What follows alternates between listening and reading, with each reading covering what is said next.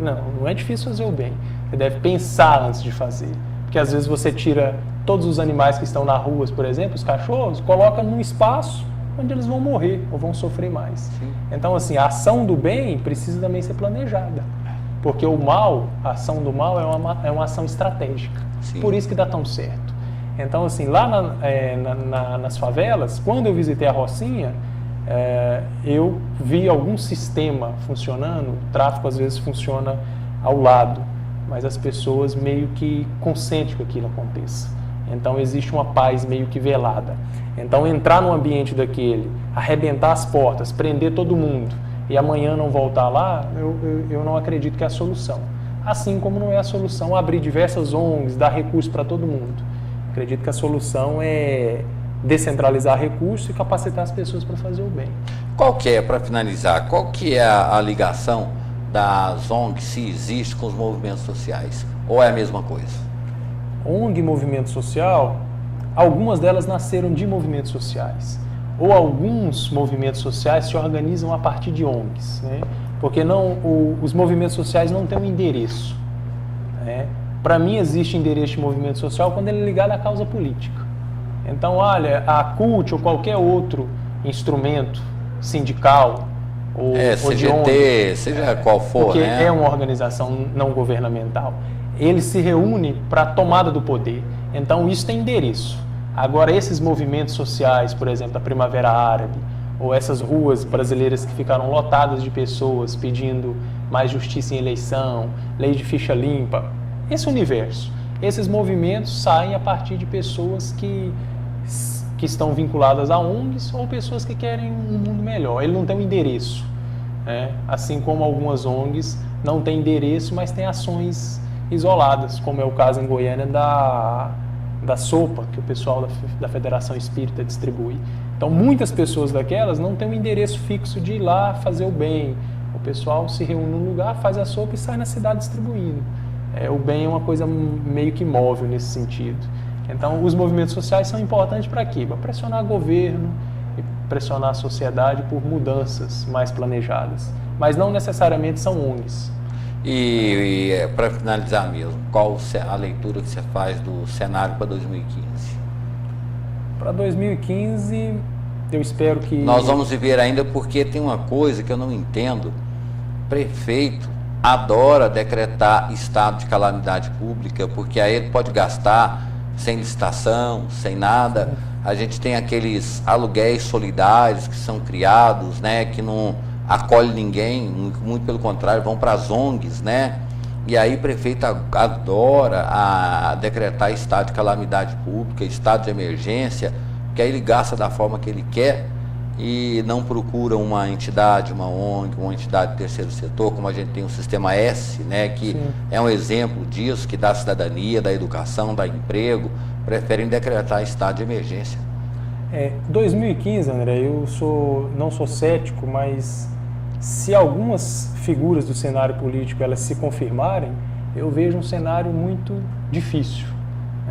No próximo ano. Não vou entrar nisso, senão depois a gente vai ser até multado, porque... Não, não sabemos o futuro, mas assim, nós sabemos que existe um rombo, isso é fato.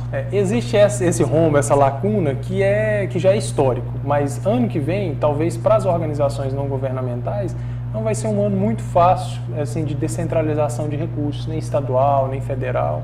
Aqui em Goiás, como eu moro aqui, eu desejo que quem ganhar as eleições aqui mantenha projetos, conclua os projetos que já estão iniciados, como dos CREDEX, valorize e fortaleça mais instituições como o CEVAM, que é o Centro de Valorização da Mulher, que fortaleça mais instituições como o Hospital do Câncer, a Associação de Combate ao Câncer, então que valorize mais as ONGs ligadas à Federação Espírita, à Igreja Católica, as diversas igrejas evangélicas também têm trabalhos bons. Então, assim, que o Estado realmente faça valer esse papel, né? E como não alcança todo mundo, vá atrás das pessoas que alcançam todo mundo, que são essas pessoas do terceiro setor. E eu tenho esperança que ano que vem seja um ano bom. Vamos torcer para isso. Vamos ser otimistas. Jorge, obrigado pela sua participação, tá? Obrigado, prazer. E eu me lembro que tem uma música do Cazuza, que ela me toca. E aí eu lembro dessas pessoas que fazem o bem. Ele diz, né, eu sobrevivo da caridade de quem me detesta, né, porque parece que existe uma aversão ao bem, né, e aí é um mal necessário, né, as ONGs, essas coisas, porque os caminhos que eles gostariam eram outros, né, e como tem gente no meio do caminho que faz o bem, aí sobrevive da caridade de quem detesta. Isso. Obrigado, você fica conosco aqui, a gente continua nessa cobertura. Parabéns pelo trabalho e que as pessoas que estão em casa, né, entendam que é muito fácil fazer o bem. Basta ter 2 minutos por dia e Deus no coração e o próximo como meta. Ou estou errado? Então, dos 2 minutos você pode, todo mundo tem perfil na internet, tem seu perfil no Facebook, uma página, divulga alguma ação boa. Se não pode ir lá, pelo menos conta para as pessoas, né, que tem alguém precisando. O bem, mesmo que seja mínimo, você vai conseguir fazer. Acho que é isso. A quem quer fazer o bem, não falta oportunidade nem meios, né? Exato, exatamente. Ok, agradeço ao Jorge Lima as suas credenciais, né? Afinal de contas, não estou conversando com qualquer um. Estou conversando com uma autoridade na área e, por gentileza, né? Jorge Lima, fala com competência sobre esse assunto baseado em informação em quê? Eu tenho formação, eu sou bacharel em Relações Públicas, tenho bacharelado em Direito e sou filósofo por formação e por gostar. Tenho especialização em Políticas Públicas e descentralização de recursos financeiros para ONGs também. Formação em Marketing, né, pela Escola Superior de Propaganda e Marketing e um curso de aperfeiçoamento em Políticas Públicas pela Escola Superior de Guerra. Mas trabalho como profissional no terceiro setor, ganho dinheiro com isso também, mas trabalho para essas ONGs de forma voluntária. Então eu tenho empresa que faz gestão de conteúdo online, porque a gente não pode criar a ilusão de que pode fazer o bem sem ser profissional. Não. Então tem como fazer identidade visual, contar para as pessoas, vídeos institucionais, contar para as pessoas como que o trabalho da ONG é feito. Agora, se não tem empresa na área, tem como fazer o bem de forma voluntária. Então eu sou voluntário e trabalho também como profissional nessa área também. Trabalho com política, enfim, tenho 30 anos e trabalho desde os 15 anos, mas a formação acadêmica é essa, né? Tenho mestrado em comunicação, então a área é essa. E o maior conhecimento é a dor do próximo, né? Eu acho que essa é a maior aula que a gente tem para fazer o bem, conhecer a dor do próximo, né? Inclusive, falei com você sobre isso, essa entidade chamada Médicos Sem Fronteiras, aqui no Brasil criou-se esse negócio, vamos trazer médico do exterior, mas eles não falam a nossa língua. A dor, ela não tem linguagem, né? A linguagem da dor é universal e esses Médicos Sem Fronteiras provam isso, né? Na verdade, André, a discussão que fizeram em relação aos Médicos Sem Fronteira, não, o programa Mais Médicos, foi uma discussão mais que eleitoral. Política. Então, assim, eu sou contra, como eu já te falei de outras vezes, esses médicos serem remunerados e parte dessa remuneração ir para um regime ditatorial, o regime cubano. Isso é errado. Agora, acolher médicos de outras nacionalidades aqui, isso não tem nada a ver. O brasileiro, historicamente, nós acolhemos, então é um país acolhedor. Então isso não justifica. Assim como médicos daqui saem no Médicos Sem Fronteira e vai na África atender as pessoas que estão precisando. Nas calamidades. Sim, né? É isso. Obrigado, Jorge. Obrigado a você. Nós vamos agora direto, né, ao plantão da redação. Eu não sei se eu estou sem comunicação aqui, eu não sei se é o Tiago ou se é a Cristina que está lá, né? É o Tiago, né? Então vamos direto à redação, daqui a pouco a gente volta atualizando as informações e também conversando com o Dr. Ricardo, ele que é advogado, especialista na área tributária e também na área empresarial, para a gente saber, né, o que está acontecendo, o que pode acontecer e as projeções para 2015. É com você, Tiago.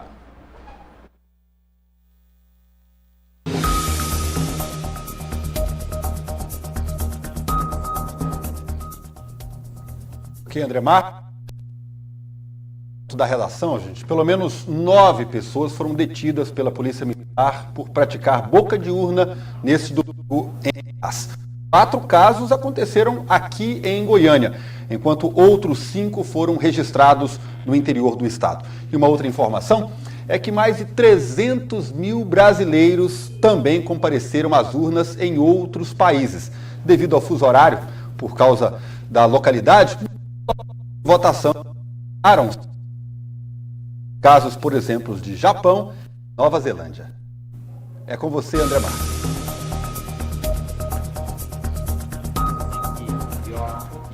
Ok, tá aí o repórter Thiago, né, direto da redação. Daqui a pouco nós vamos fazer o giro pelo Brasil. Muitas coisas acontecendo. O presidente Lula acaba de dizer que não se ganha uma guerra sem exército, né, já fazendo um ataque direto aí à candidata Marina Silva.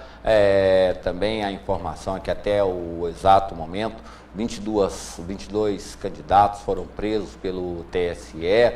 A situação também no Maranhão não está nada boa, ou seja, muitas coisas acontecendo nesse domingo, né, dia 5 de outubro, data de eleição. Nós vamos fazer um breve intervalo comercial e no retorno, né, retornando aqui, nós vamos ter 2 pessoas, doutor Luiz Signates, cientista político, também acaba de chegar aqui ao estúdio da TV Capital, agradecemos muito pela gentileza.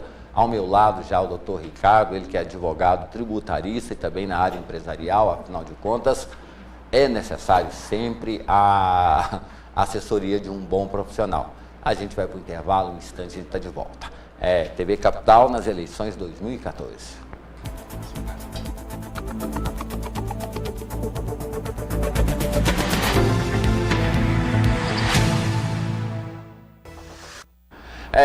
De volta aqui pela TV Capital, agora 4h04, né? Está se aproximando às 5 horas, as urnas fecham e aí começa a ser processados os votos e hoje conheceremos os candidatos ao Senado, os eleitos ao Senado. Sobre a questão da chapa majoritária, presidente, governador e alguns estados, ainda aguardaremos um pouco. E o presidente Lula, o ex-presidente Lula, né, ele acaba de dizer que Aécio será o adversário de Dilma. Segundo ele, não se inventa candidatura de última hora, é um ataque direto aí à candidata Marina. Depois de votar, né, o Lula ele foi perguntado se ele vai se candidatar em 2018. Lula disse, abre aspas, eu penso política até o fim da minha vida. Agora não é possível discutir candidatura no momento que a eleição não terminou. Isso vai se discutir em 2017.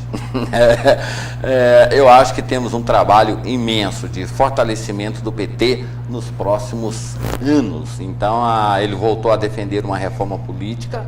É o assunto que a gente começa agora a debater aqui com 2 autoridades da área, né? Tem um ali, o doutor Luiz Signates, coordenador do Núcleo de Pesquisa em Comunicação e Política Social da Universidade Federal de Goiás e também do Instituto Signates Consultoria, Pesquisa e Editoração. Doutor Signates, muito obrigado por atender ao nosso convite, seja muitíssimo bem-vindo. Eu é que agradeço e, como sempre eu te falei, eu estou à disposição. Ok, e aqui no meio, né, uma pessoa fundamental, afinal de contas, né, nada se faz sem uma assessoria, seja uma assessoria política, orientação tal, mas também na área do direito.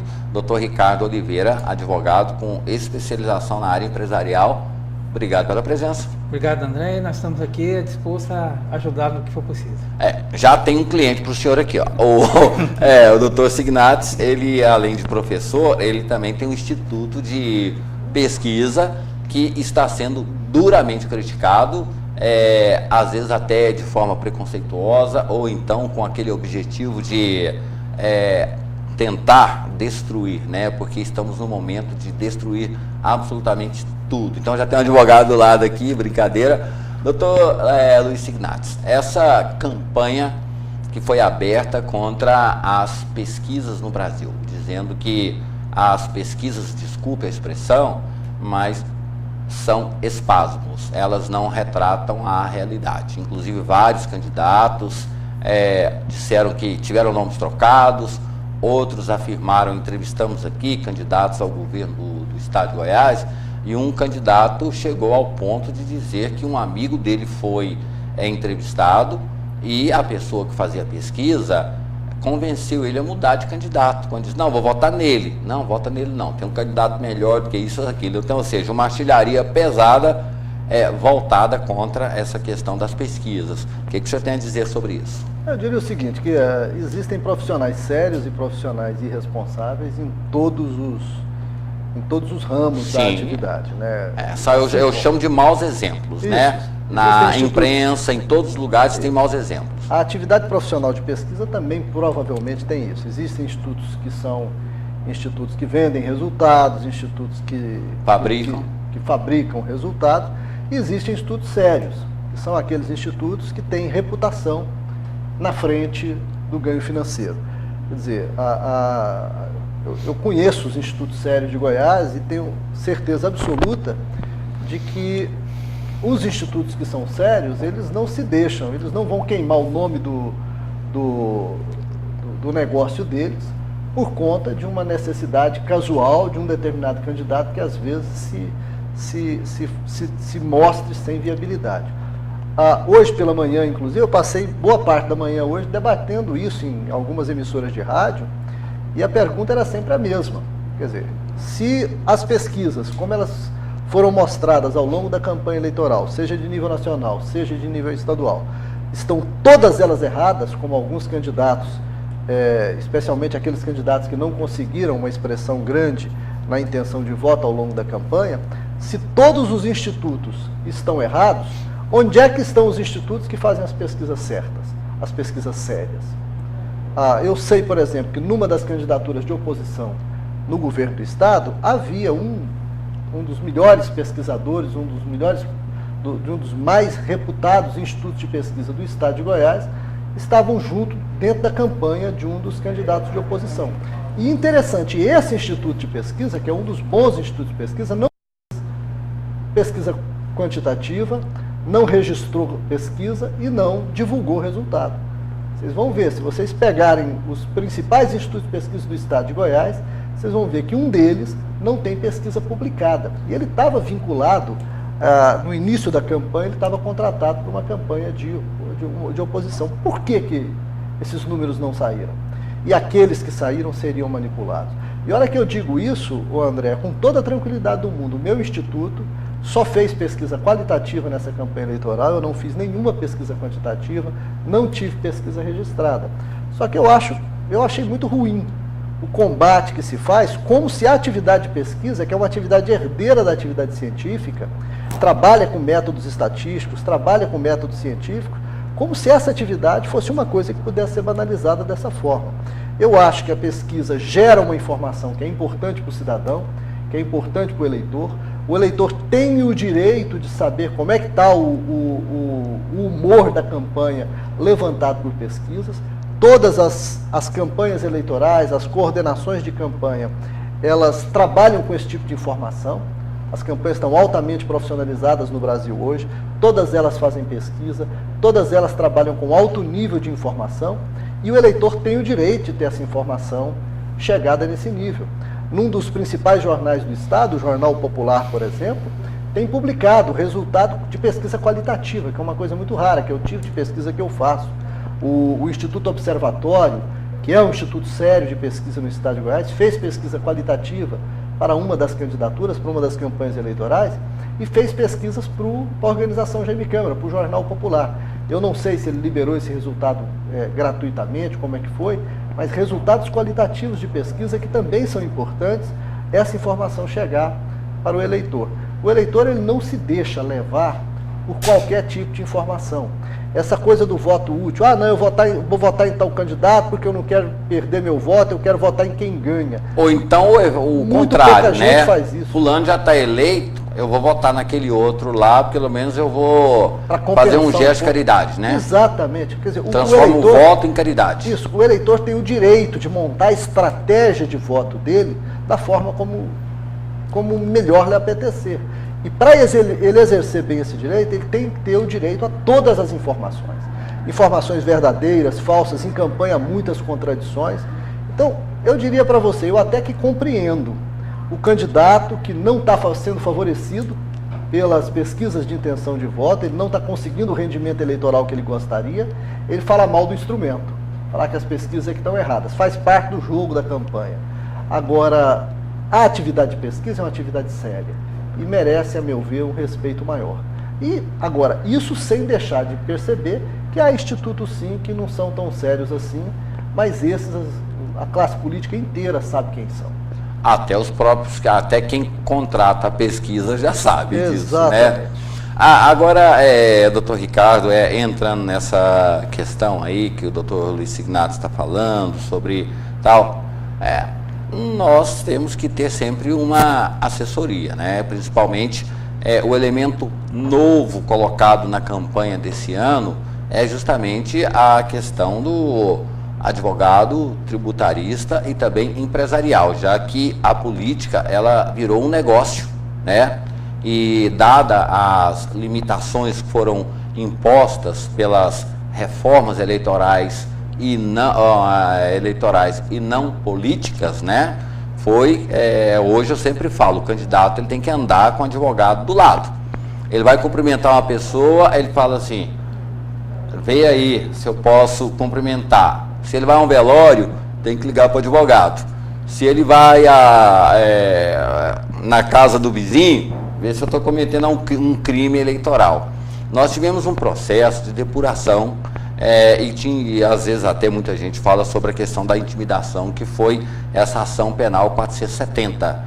E muitas pessoas ficaram com medo, com receio, né, de cometer crimes, até mesmo para não ficarem inelegíveis.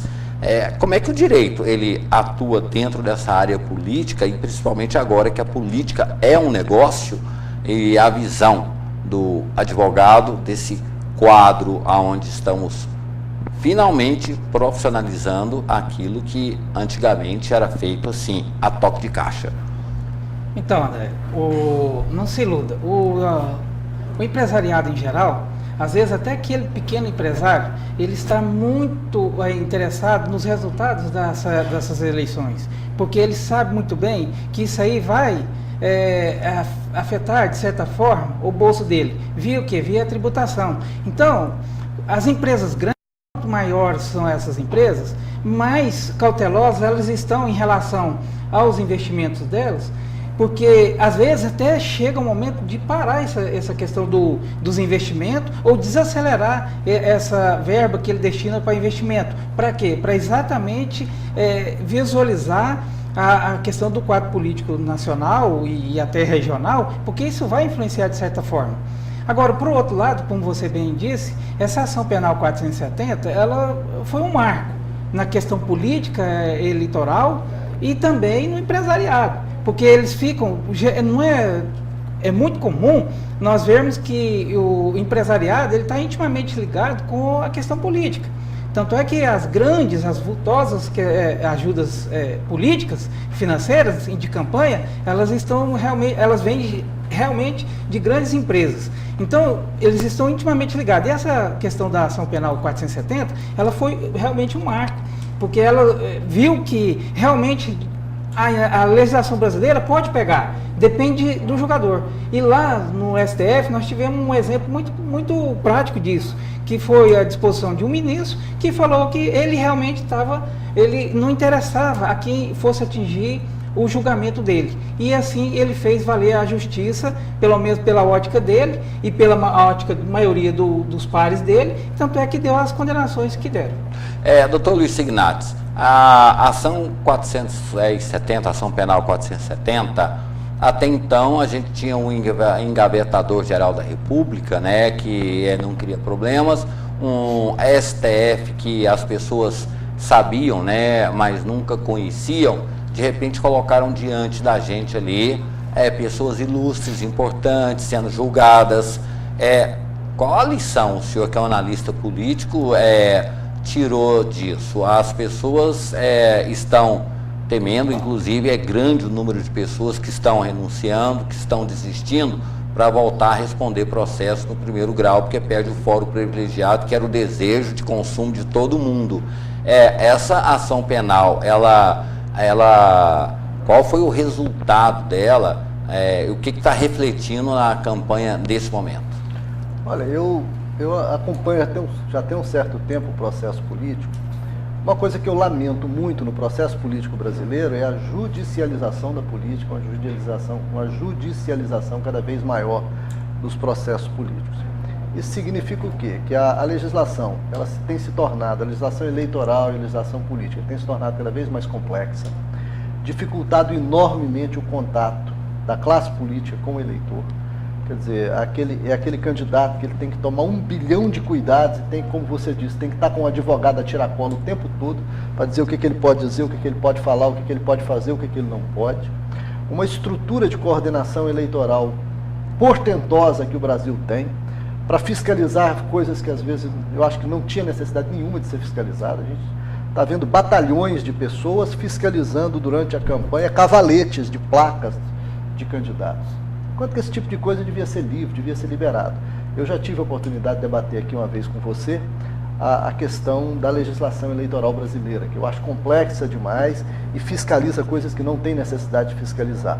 Leve em consideração como se o cidadão precisasse ser tutelado. Fiscaliza não, faz de conta, né? Porque não tem mecanismo de fiscalizar. Não, mas proíbe coisa demais e cria uma punibilidade extraordinária sobre os políticos. Eu acho que a gente tinha que liberar a comunicação. Tudo aquilo que fosse comunicação fosse completamente livre, que a gente acreditasse que o cidadão é capaz de julgar quando o político está falando a verdade, quando ele está mentindo, quando ele está tentando enganar, quando ele está tentando manipular. Que deixasse aquilo livre. E pegasse toda essa estrutura de fiscalização e jogasse sobre o financeiro da campanha. Estava falando do negócio de relação das empresas com a política. O Caixa 2, André, continua livre e solto, na maior tranquilidade. Todas as campanhas estão trabalhando com o Caixa 2. Todas as grandes campanhas estão trabalhando com o Caixa 2. Tem nenhuma que não esteja. Então, assim, isso devia ser coibido. Porque isso é que gera o desequilíbrio, que gera o desajuste. Não é mais Caixa 2, né? Dinheiro não contabilizado. Aquele eufemismo do delúvio, que é o dinheiro não contabilizado. Bom, você perguntou sobre a ação do mensalão, né? A 470 lá no Supremo Tribunal Federal. Seria muito bom se tivesse gerado uma jurisprudência, se esse processo tivesse sido feito de uma maneira, que eu diria, uma maneira menos emocional pelo Supremo Tribunal Federal e tivesse gerado uma jurisprudência proveitosa. O que eu acompanhei de críticas dentro do meio, inclusive do meio judiciário, entre os advogados, acompanhei muitas críticas da Ordem dos Advogados do Brasil no conflito que tiveram e que parece que ainda tem com o ex-presidente do Supremo, o Joaquim Barbosa, que inclusive agora teve um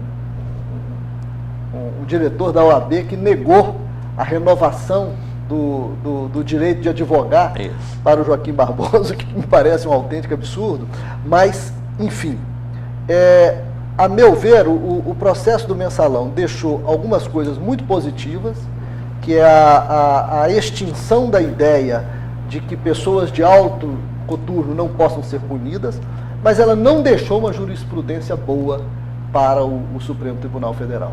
Quer dizer, quando o ministro Joaquim Barbosa saiu, qual o sentimento que restou no Supremo? Quando o Lewandowski reassume o Supremo Tribunal Federal? De que era preciso recuperar a dignidade do Supremo Tribunal Federal, que tinha sido perdida, aparentemente, por um ministro que levou uma condenação como se fosse uma vindita, uma coisa emocional. Então, é como se o Supremo tivesse saído um pouquinho do eixo durante a presidência do ministro Joaquim Barbosa. Então, assim, o que eu me ressenti foi isso. Puniu-se o mensalão do PT, mas o mensalão do PSDB não vai ser punido. Quer dizer, qual a jurisprudência, qual a tradição jurídica que essa ação deixou? A meu ver, muito pouca coisa. Deixou mau exemplo e deixou bons exemplos e maus exemplos. Eu acho que o Brasil precisa aperfeiçoar o seu processo democrático. E esse aperfeiçoamento, a meu ver, passa por um peso menor do judiciário sobre os aspectos políticos. Eu acho que judicializou demais, eu acho que a gente tem regras em excesso, eu acho que a gente tem proibições em excesso. A campanha eleitoral passou a ser uma coisa sem graça, que os candidatos têm que se desdobrar para conseguir chegar no eleitor. Se tornou alguma coisa muito conservadora. Quer dizer, quando você proíbe demais, a comunicação, o que é que você faz? O eleitor só vai ficar conhecendo aqueles que ele já conhece mesmo. Então, quem tem cargo, quem tem o governos na mão, tem uma mídia espontânea mais tranquila, mais fácil para ele. Quem não tem, pergunte aos candidatos menores dessas campanhas eleitorais. Quem não tem Estado, quem não tem governo na mão, tem uma dificuldade muito grande de se apresentar para o eleitorado. E você não pode fazer política fora daqueles entre julho e outubro, e nós passamos um bom pedaço de julho prestando atenção em Copa do Mundo, então a campanha eleitoral durou 1 mês e meio, 2. Ninguém consegue estadualizar seu nome e fazer uma proposta decente com tanta restrição em 2 meses. Então a gente tinha que liberar isso a fim de que os eleitores pudessem conhecer melhor seus governantes, conhecer melhor os políticos, conhecer melhor seus candidatos e fiscalizar, sobretudo, o processo financeiro, que o processo financeiro às vezes beira o vergonhoso.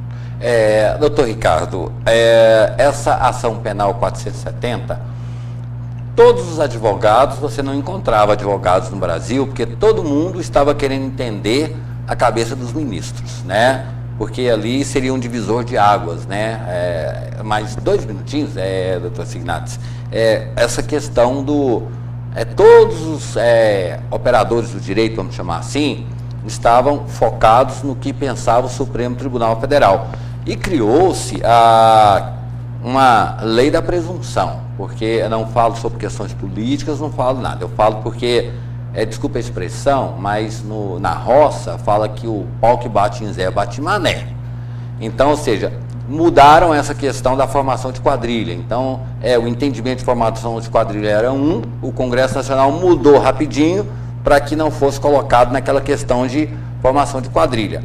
E não havia nenhuma prova concreta contra José Dirceu sobre formação de quadrilha. E aí criou-se o princípio da presunção. Tem outro nome aí, mas eu falo da presunção. Então, não tinha prova-se, mas presumiu que José Dirceu, ele chefiava uma quadrilha. Isso é saudável primeiro, para quem opera no direito, porque se seguir, é uma opinião minha, essa visão, eu posso matar uma pessoa ali na frente, presumindo que ela vai me matar. Né? A lição que ficou sobre algumas coisas que até então o Joaquim Barbosa, ele mudou na Constituição e principalmente no entendimento das leis. Essa é a minha opinião. Agora eu queria que o senhor dissesse a lição que foi tirada desse processo. Então, e nesse julgamento da ação penal 470, André, realmente houve excessos e houve exagero de ambas as partes. Então, é certo, é quase que unânime, que o ministro Joaquim Barbosa, ele pegou pesado em determinadas situações e que, quando ele pegou pesado, é lógico que ele atingiu alguém que não gostou daquela atuação dele, que acabou na penalização e no reconhecimento do crime.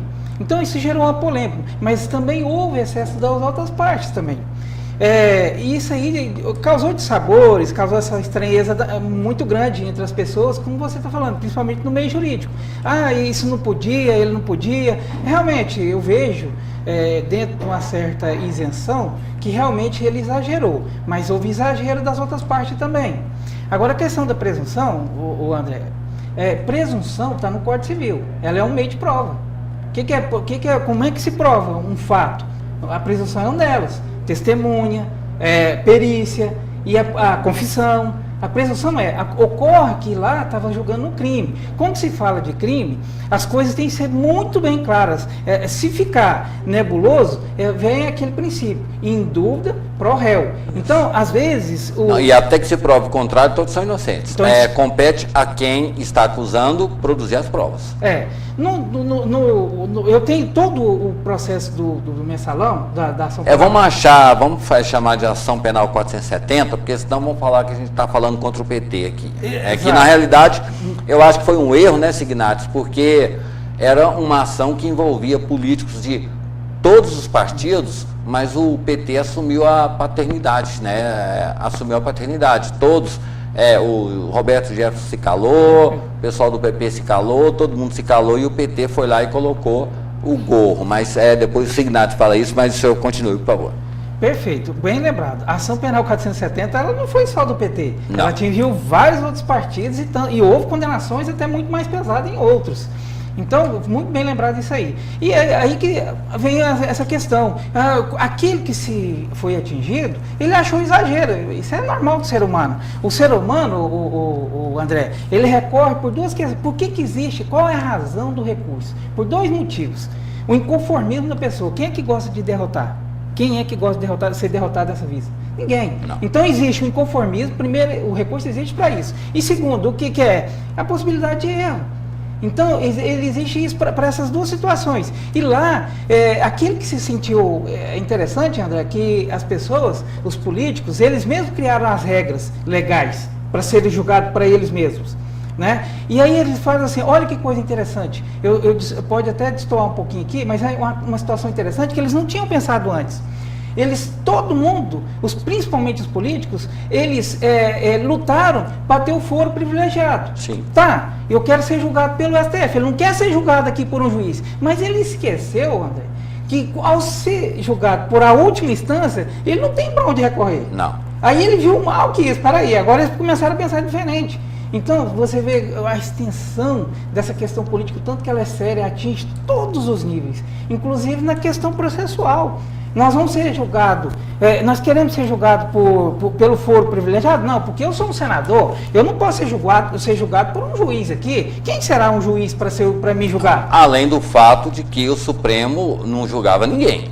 Exato. Porque a gente tinha a figura do Procurador-Geral da República que tinha a oferecer a denúncia, engavetava.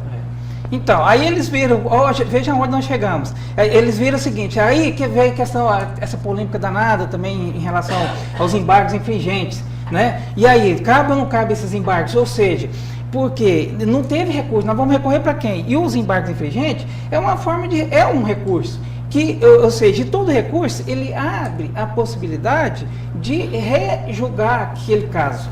Então foi aí a polêmica toda essa questão, além dessa questão de não ter para onde recorrer. Então vamos recorrer para o próprio órgão que nos julgou. Porque aquele que se sentiu prejudicado pelo excesso de alguns ministros, de alguns julgadores, queriam outros ser julgados novamente. Mas por quem? Então por o próprio órgão julgador que nos julgou. Então essa questão é muito profunda, André. Signatos, o senhor que trabalha nessa área, nós, em 2010, vivemos o ápice da ação penal 470, aonde descobriu-se bilhões de reais, só que o povo, o eleitor, ele votou pela continuidade. Naquele momento a economia estável, todo mundo de barriga e bolso cheio. Hoje nós estamos diante de um outro quadro, né? Uma insatisfação. Essa insatisfação é o quê? A leitura política do senhor e depois a leitura do advogado. Queremos mudança ou queremos mais bondades? E também sobre essa questão que nós estamos vivendo agora da Petrobras, quando se fala sobre essa questão da delação premiada. Já temos o terceiro aí que quer contribuir. Vai faltar... ou seja, no filme de índio e bandido, vai faltar índio, né? Porque delação premiada, na opinião do senhor, é uma vingança ou é uma forma de se arrepender? Não, a delação premiada é uma forma que o réu encontra de reduzir um pouco a sua pena, desde que ele colabore com o desvendamento de um crime. Isso é normal. O que eu acho de positivo nesse processo todo, e aí... um elogio que eu faço até aos governantes, ao governo do PT, é que o governo do PT não fez a mesma coisa que o governo do Fernando Henrique fez na sua época, que é utilizar os instrumentos do Estado para coibir os processos de denúncia, os julgamentos e tudo. Você falou do Brindeiro, que era o procurador da República da época do Fernando Henrique, que engavetava todas as acusações contra ele. Por que é que o governo do Fernando Henrique nunca se meteu num processo parecido com esse?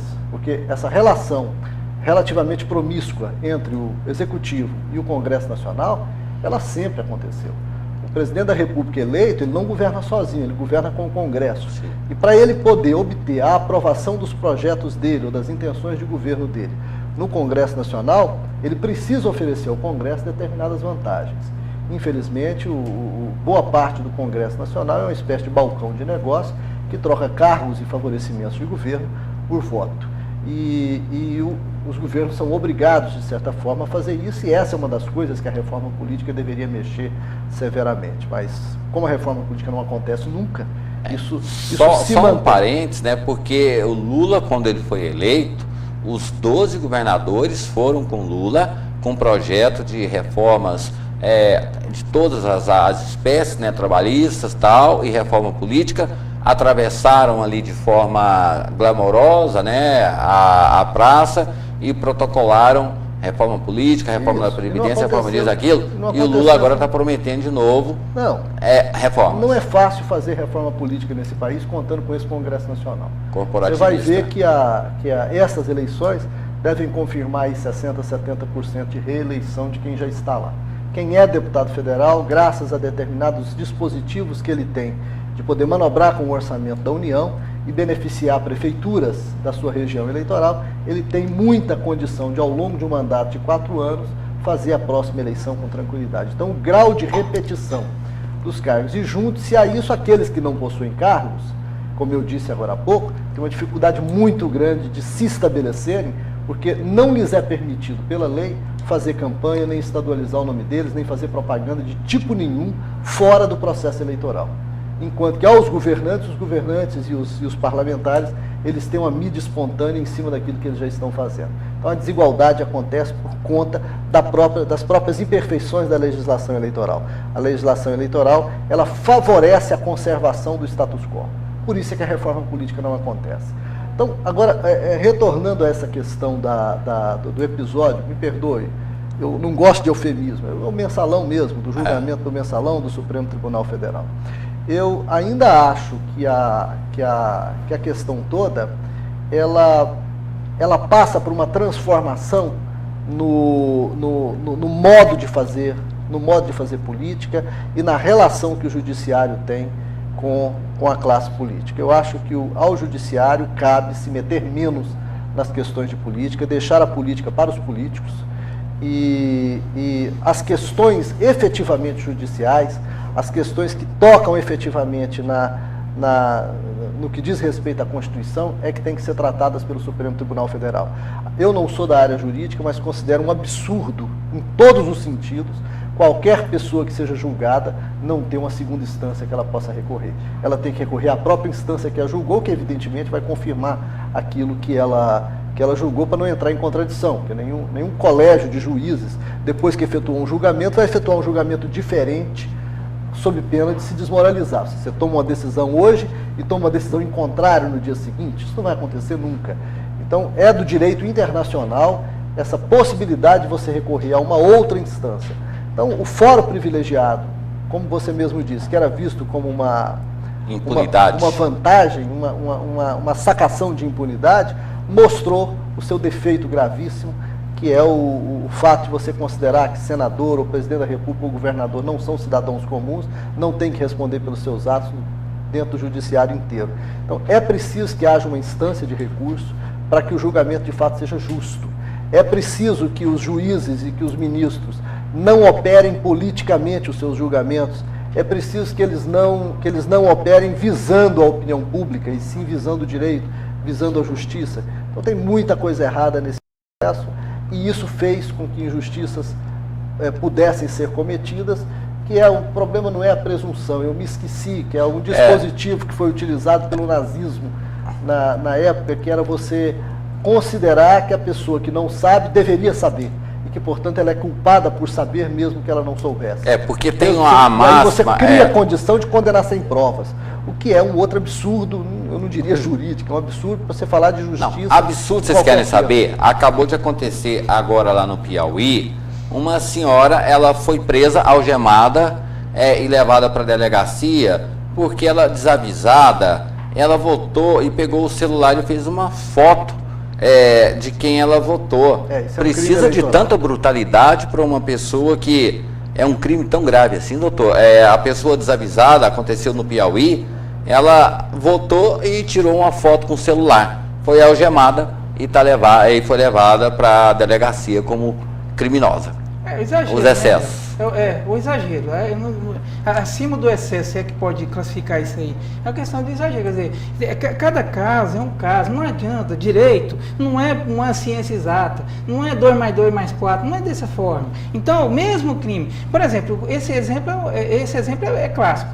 Vai que uma pessoa letrada, com curso superior, é lógico que um ato desse, ele foi de má fé, extrema má fé, e aí é um crime assintoso. Agora, uma senhora dessa, vamos analisar o caso a caso, certamente ela não tem essa capacidade de discernimento. O que acontece, o que nós estamos discutindo aqui, é que você não pode alegar em momento algum desconhecimento da lei para justificar a tua omissão ou tua ação. Mas não pode ser tão rigorosa, Não pode ser tão rigorosa. Não precisa ser. Na verdade, não precisa. O que o mesário deveria ter feito? A senhora vai votar, a senhora tem algum celular, é proibido, está escrito na porta da sessão eleitoral que é proibido entrar com câmera, com celular e etc. Que o mesário peça, a senhora coloque, por favor, em cima da mesa aqui, se a senhora tiver algum celular, alguma câmera fotográfica, porque a senhora não pode ir até lá. Mas aí, doutor Signatis, eu não consigo entender. O mesário não pediu isso. Não, mas eu não consigo entender. O voto da presidente Dilma foi registrado por toda a imprensa. A imprensa entrou com máquinas, não pode fotografar. Não, a gente pode recuperar a imagem aqui, o Aécio, a imprensa todinha lá dentro, inclusive pessoas ofendendo a presidente Dilma, fotos, gravações, ou seja... O voto dela foi gravado? Não, o voto não foi, pode. Mas é proibida a entrada de equipamentos eletrônicos lá dentro. Olha, a presidente Dilma votando e todo mundo filmando. Sim, mas não se pode, o que é proibido é fazer a fotografia do voto na urna. Na hora que vota, que aparece a foto da pessoa e o confirma, isso é proibido de ser registrado. Por que é proibido de ser registrado? E aí tem razão. Porque as pessoas que compram votos podem, se isso for permitido, virar e falar, não, olha, eu te dou aqui o primeiro pé da botina, você pega o segundo pé da botina, eu te dou R$100 pelo teu voto, eu te dou 50 agora, você vai lá, fotografa você votando, ou filma você votando com o celular, traz aqui, prova para mim que você votou em mim e eu te pago o resto. Quer dizer, isso possibilita a ruptura do sigilo eleitoral e isso é um problema grave. Qualquer pessoa pode ser filmada daquele jeito, como está aí a Marina Silva, também. Ela está exercendo o direito dela, mas em quem ela de fato votou? Provavelmente ela votou nela mesma, o que é uma coisa justa, mas a gente não tem certeza e só ela sabe disso. Então esse sigilo eleitoral, ele deve ser garantido sim, até para proteger o cidadão, para o cidadão não ser coagido de qualquer forma que seja, no tal do voto de cabresto, que tem há controvérsias. Aqui em Goiânia, vários aparelhos celulares foram apreendidos porque a pessoa levou a cola, porque é permitido. A cola. Levou a cola no celular. Quando ela foi entrar na sessão, é proibida a entrada de celular aqui dentro. Então a pessoa foi barrada. Esse paradoxo, né? A pessoa, qual que é a diferença da pessoa levar uma cola no celular ou ela tirar uma foto? Se ela já entrou com o celular, o erro não foi... Ela deveria ter entrado com o celular. Agora sim, essa coisa de se proibir, porque muitas pessoas hoje não vivem sem celular.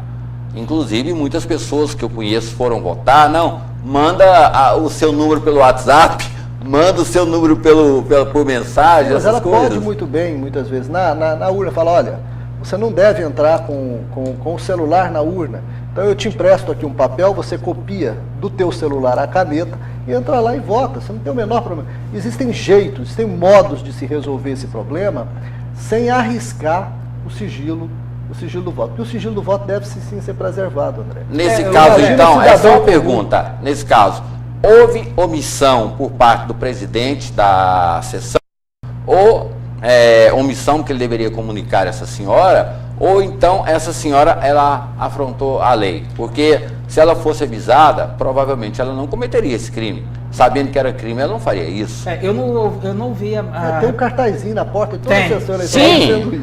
Agora, André, você tem que ver, toda norma ela tem que ser flexibilizada. O direito é uma ciência complicada igual a pesquisa, porque muda-se a cada segundo, né? E você tem que, às vezes, como eu estou dizendo, nessa casa lá da senhora lá, por ela ter sido um pouco, provavelmente ela, por ignorância dela mesmo, então não poderia ter agido com tanto rigor assim. Então cada caso tem que ser analisado de a forma com que ele ocorreu. Nesse caso aí, me parece, por exemplo, eu entrei com o celular hoje para votar, só que eu não fui para a cabine com ele, eu deixei com meu filho, com minha esposa, que estava do meu lado. Então você pode entrar. No caso aí dos presidenciáveis, por ser um destaque nacional, e para não gerar, ele não pode fazer. Até mesmo porque, gente, pelo amor de Deus, vocês acham que a Dilma, ela vai entrar para votar na Marina? Então. Vocês acham que a Marina vai entrar para votar na Dilma e vai fotografar lá a Dilma? Votei você. Marina, votei você. Já teve caso de político que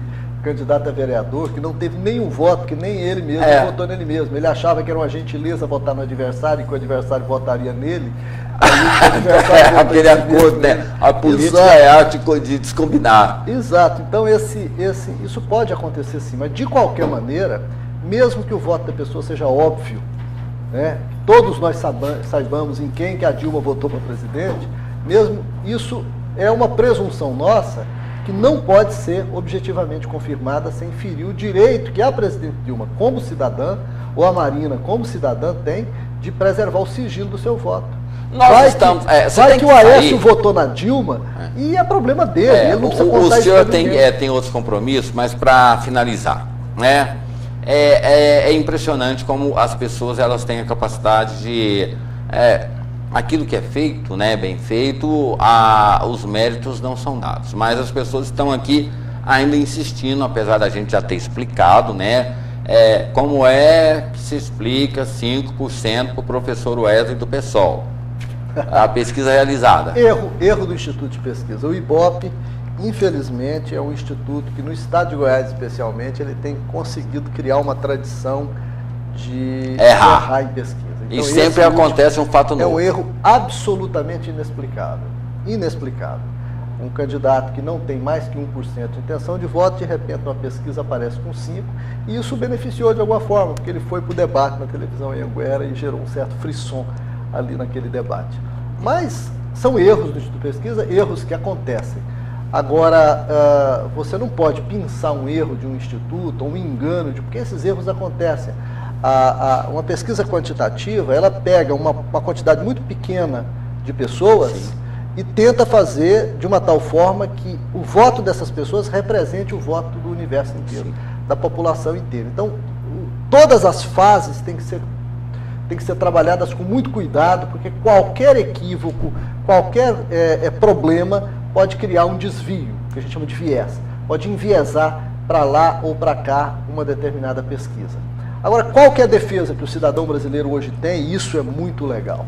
Muitos institutos pesquisando as mesmas populações, certo? Então, se você pegar o conjunto dos institutos, você vai ver que esses erros, eles podem acontecer ou não. Então, como é que a gente localizou que a intenção de voto do professor Wesley nessa pesquisa IBOPE, que foi a pesquisa anterior, foi um erro? Por causa que os outros institutos todos mostram, foi uma disparidade com os outros resultados. Então, quando a gente tem vários institutos pesquisando, nós mesmos, a gente não precisa ser entendido da coisa, o cidadão mesmo identifica que aquilo ali é um desvio.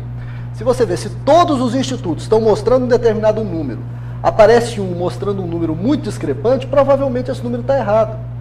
Nos Estados Unidos já se faz isso, o jornalismo de pesquisa, lá tem pesquisa muito mais do que no Brasil, e lá o processo é completamente livre, não tem as restrições, lá eles não têm nem tribunal eleitoral, as restrições são muito menores do que existem aqui.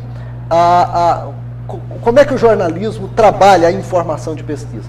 Pega vários institutos de pesquisa e trabalha em cima de uma média de todos esses institutos, a fim de verificar qual que é o número mais aproximado da realidade. E é isso que deve ser feito. E não proibir pesquisa, como muita gente está pensando em fazer. Não, vamos proibir divulgação de pesquisa. Eu até virei no Twitter e brinquei com o pessoal, falando, então vamos proibir campanha também. Vamos deixar que o eleitor adivinhe quem são os candidatos. Já que o eleitor não pode ser influenciado, o eleitor não pode ser sugestionado, não pode nada. Hoje, por exemplo, o pessoal está reclamando da sujeira que está nas ruas por causa das campanhas, por causa da boca de urna. Os candidatos, as campanhas dos candidatos espalham os santinhos. Santinhos não, panfletos, né? sacrilégio, né? Panfletos. O pessoal lixo, vamos chamar assim, lixo. Isso. Espalha aquilo na porta da zona das sessões eleitorais. Por que eles fazem aquilo? Porque a gente sabe que boa parte dos eleitores, especialmente aqueles eleitores que estão indiferentes com a política, eles vão votar, eles chegam na urna sem saber em quem votar. Então pega um santinho na rua, pega um panfletinho no chão e vai lá e vota naquele candidato. Como eles sabem disso, eles jogam na rua. Mas por que eles jogam na rua? Porque por que espalha? Não, por que espalha na rua? Porque é proibido ir ao eleitor no momento da sessão eleitoral. Porque a lei proíbe. A lei proíbe você chegar no eleitor e falar, vota em mim, vota no meu candidato. Se a lei não proibisse, os cabos eleitorais estariam na porta das sessões eleitorais, distribuindo santinhos para as pessoas que quisessem. E de preferência... E haveria menos lixo no chão. E de preferência com aqueles recipientes para reciclável, não reciclável e orgânico, né? Que seja, mas olha só, eu defendo que se houvesse a permissão de contactar o eleitor no dia da votação, no momento mesmo em que ele fosse votar, não, mas o eleitor tem que ser deixado em paz, porque ele tem que ir lá na consciência dele. Não é isso que acontece. E o fato da pessoa, do cabo eleitoral estar na porta da sessão, não significa que eu vou votar naquela pessoa, não. Aliás, ao contrário, eu posso falar, gente, esse povo enche tanto meu saco, eu não vou votar nesse candidato, não. Ou seja, até a abordagem teria que ser melhor trabalhada, mas deveria se permitir, porque se permitisse entregar na mão, não precisaria jogar no chão. O lixo seria menor. Observa como é que a proibição cria problemas, porque ao candidato não resta outra alternativa para ele chegar ao eleitor, senão ele fazer essas coisas. E acaba punindo o eleitor, porque a democracia, a eleição é o momento maior da nossa festa da democracia. Então, acabou a festa, né? Agora nós estamos como se fosse uma sexta-feira da paixão, né? Aquele clima fúnebre, e se as coisas dependerem do jeito que estão, daqui uns dias você tirar o título do bolso, vai ser preso, né? Você vai ter que votar escondido, né? Agora, Signado, só para terminar, como é que você está vendo o cenário nacional e o cenário aqui em Goiás? Já está sendo dito o quê? Que o PMDB é o maior vitorioso, não disputa nada em nível nacional, mas já tem aí, segundo informações, 20 senadores, provavelmente vai fazer a maior bancada na Câmara, a maior bancada vai ter a presidência do Senado, ou seja, vai ter a vice-presidência do Brasil, vai ter tudo. Não disputou nada, né, em nível nacional. E o Michel Temer foi tão esperto que quando a Dilma viajou, colocou o Lewandowski como presidente para ele não se complicar, né? Deixa do jeito que tá bom demais. Primeiro, não dá para governar um país sem o apoio do Congresso. Agora, qual que é o cenário que se apresenta hoje diante dessa realidade? Claro que pode mudar quando as urnas forem abertas e começar a processar os votos, né? A gente não sabe o que passa na cabeça do eleitor, pode mudar, mas dentro da sua visão e da sua experiência, você enxerga o cenário como? Bom, eu acho que para esse processo eleitoral vai haver segundo turno nas eleições presidenciais. O presidente Dilma deve enfrentar provavelmente Aécio Neves e não mais Marina Silva. Marina vem numa trajetória de queda e o Aécio numa trajetória de ascensão. Existe a possibilidade, e a possibilidade menos remota, de que Aécio Neves que vá enfrentar o segundo turno com Dilma, que era o que queria o PT. O PT sempre preferiu o Aécio como adversário em relação a Marina Silva, porque o composto eleitoral, político-eleitoral de Marina Silva trazia mais riscos para a candidatura Dilma do que traz Aécio Neves. A candidatura de Marina seria uma candidatura à esquerda do PT e empurraria o PT para a direita, enquanto que a candidatura de Aécio não. Deixa o PT onde ele está, trabalhando esses votos da região Nordeste, sobretudo, e joga o PSDB no eixo Rio-São Paulo, fazendo um perfil mais à direita do processo e mantém as coisas mais ou menos como estão. Então fica mais fácil para Dilma derrotar Aécio do que poderia ser derrotar Marina Silva. Aqui em Goiás. E aqui em Goiás, o favoritismo extraordinário do governador Marconi, que conseguiu uma recuperação de imagem quase inacreditável e com uma contribuição bastante expressiva dos erros de Iris Rezende na sua campanha eleitoral. Ele errou muito na campanha. exagerou na dose do tanto que combateu o governo. A oposição errou porque tematizou a campanha inteira em cima do nome do governador. O governador foi o grande tema da campanha, o governo Marconi foi o grande tema da campanha, e isso foi um erro da oposição, porque deu ao governo a primazia fundamental. E ao principal adversário dele ter errado tanto na campanha, prejudicou, perdeu muita intenção de voto. Eu acho que... Perdeu muito tempo para definir a candidatura, né? Porque todo mundo primeiro veio Íris dizer não seria candidato porque o PMDB se prostituiu. Isso. Depois, Júnior do Friboi saiu porque disse que não entraria nessa lambança. E aí o tempo foi passando. A coisa foi mais complexa do que isso. Mas eu diria para você que a campanha eleitoral... que a campanha eleitoral, ela ficou muito bem, ela beneficiou muito a candidatura Marconi. Beneficiou muito a candidatura Marconi. Agora, o que eu não sei dizer é se nós vamos ter ou não ter segundo turno. Na eleição presidencial é quase certo que a gente vai ter segundo turno sim, e um segundo turno entre Dilma e Aécio. No estado de Goiás a gente não sabe ainda, a gente vai ter que esperar abrir as urnas, porque todas as pesquisas eleitorais acabaram mostrando essa relação primeiro-segundo turno na margem de erro da pesquisa. No entanto, Marconi entra, caso haja segundo turno, ele entra para o segundo turno com uma tranquilidade muito maior do que em todas as eleições anteriores dele. Porque a distância provável que vai ter de votos dele para o segundo colocado vai ser muito grande. Os candidatos que vão ficar de fora, provavelmente Vanderlan e Gomide, os seus votos não vão, pelo menos não por inteiro, para Íris Rezende, não são votos obrigatoriamente de oposição. Tanto o senador Canedo quanto a Anápolis, que são as bases eleitorais desses dois candidatos, há um marconismo grande, especialmente em Anápolis. Anápolis é assumidamente marconista, o Íris Rezende perde a eleição lá para Marconi em qualquer situação. Então, isso, e Marconi deve, caso haja segundo turno, ele vai com diferença de 2 pontos percentuais, não mais que isso.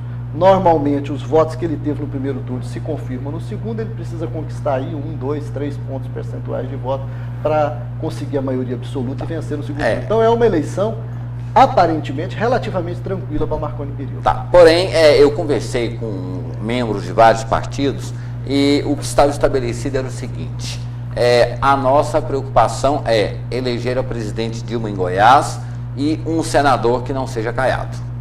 Porque Ronaldo Caiado, e já foi comprovado que o estado de Goiás é o estado mais barato para se eleger um senador, e lá em Brasília o peso do senador é igual, diferentemente do Congresso Nacional.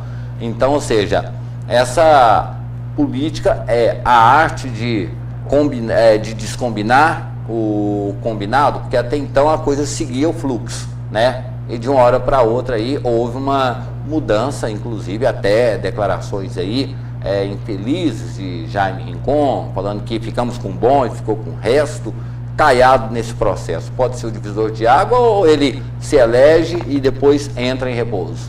Não, o Caiado vai se eleger e parece que o projeto dele é ser candidato a governador em 4 anos. E pode, de uma forma direta ou indireta, ajudar uma valorização ou até mesmo a... Íris Rezende, até agora Caiado não transferiu voto para Íris. Ok. Doutor Signato. Íris transferiu muito voto para Ronaldo Caiado, viabilizou a eleição dele para senador. Mas Caiado não transfere voto para Íris. É muito difícil, porque a base de Caiado é toda marconista. Prefeitos e o Democratas não é um partido já tão grande, teve muita defecção ao longo desse último tempo, e a base eleitoral de Ronaldo Caiado, fiel a Ronaldo Caiado, é também bastante fiel a Marconi Perillo. O senhor acredita que a eleição vai ser decidida nos 3 maiores, Goiânia, Anápolis e Trindade? Não, Trindade, nós temos quase que 70% do eleitorado. O pessoal está apostando nisso para se reeleger. Estão, mais uma vez, sonhando errado? Não, eu acho que não. Os maiores colégios eleitorais são esses mesmo, e o entorno do Distrito Federal. É a região metropolitana de Goiânia e o entorno do Distrito Federal que elege o governador, que elege os cargos majoritários. Governador e senador. Tá, ok. Eu não sei, desculpe, mas a pessoa que está aqui ao lado do senhor já está no relógio toda hora assim, ó. É a esposa do senhor, né? Toda hora já está aqui no relógio. Obrigado por esse momento aqui. A gente se sente muito honrado em receber a presença do senhor aqui, esclarecedora, e também uma pessoa que atua nessa área e sabe, tem propriedade para dizer. Obrigado pela participação. Eu é que agradeço e fico à disposição. Né? Ok, doutor Ricardo continua aqui. Nós vamos direto à redação, né? O repórter Tiago Mendes tem para a gente as últimas informações e falta um pouco mais de 2 minutos para que as urnas sejam fechadas e aí saberemos, né? Ou então poderemos falar sobre erros e acertos de campanha. Vamos direto à redação com o repórter Tiago Mendes. Com você, Tiago.